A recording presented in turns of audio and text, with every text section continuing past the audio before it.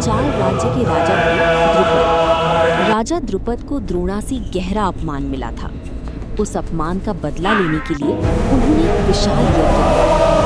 यज्ञ के अग्नि से 2 दिव्य संतानों ने जन्म लिया।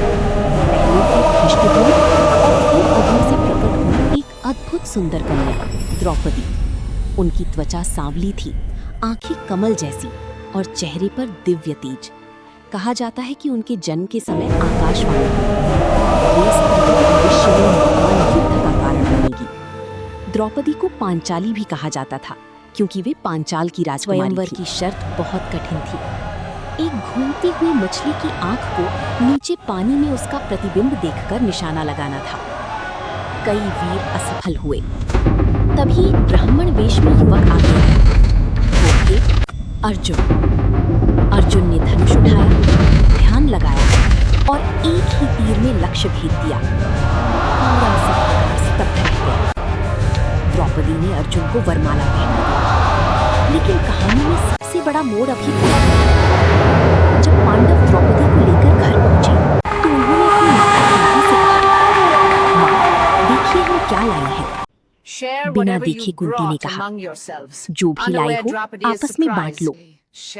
माता के वचन को धर्म मानकर द्रौपदी का विवाह 5 पांडवों से हुआ।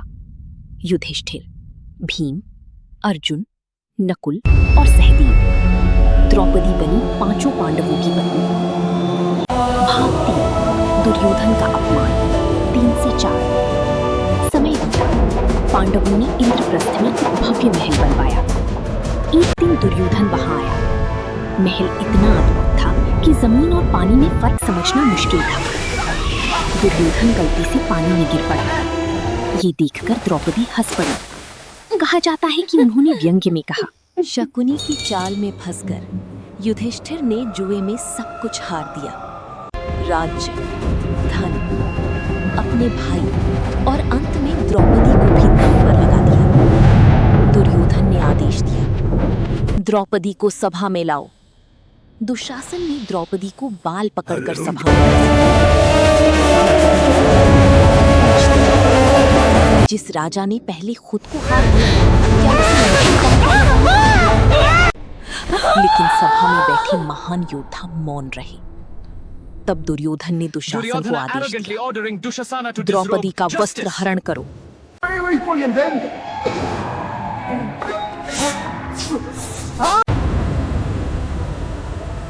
उस दिन द्रौपदी ने प्रतिज्ञा ली, जब तक दुशासन के रक्त से अपने बाल नहीं धोंगी तब तक यही बांधूंगी नहीं। और यही अपमान आगे चलकर महाभारत के विनाश का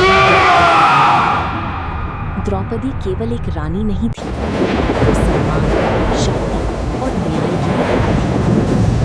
अगर आपको ये कहानी पसंद आई तो इसे जरूर शेयर करें। महाभारत की ऐसी और कहानियों के लिए जुड़े रहिए।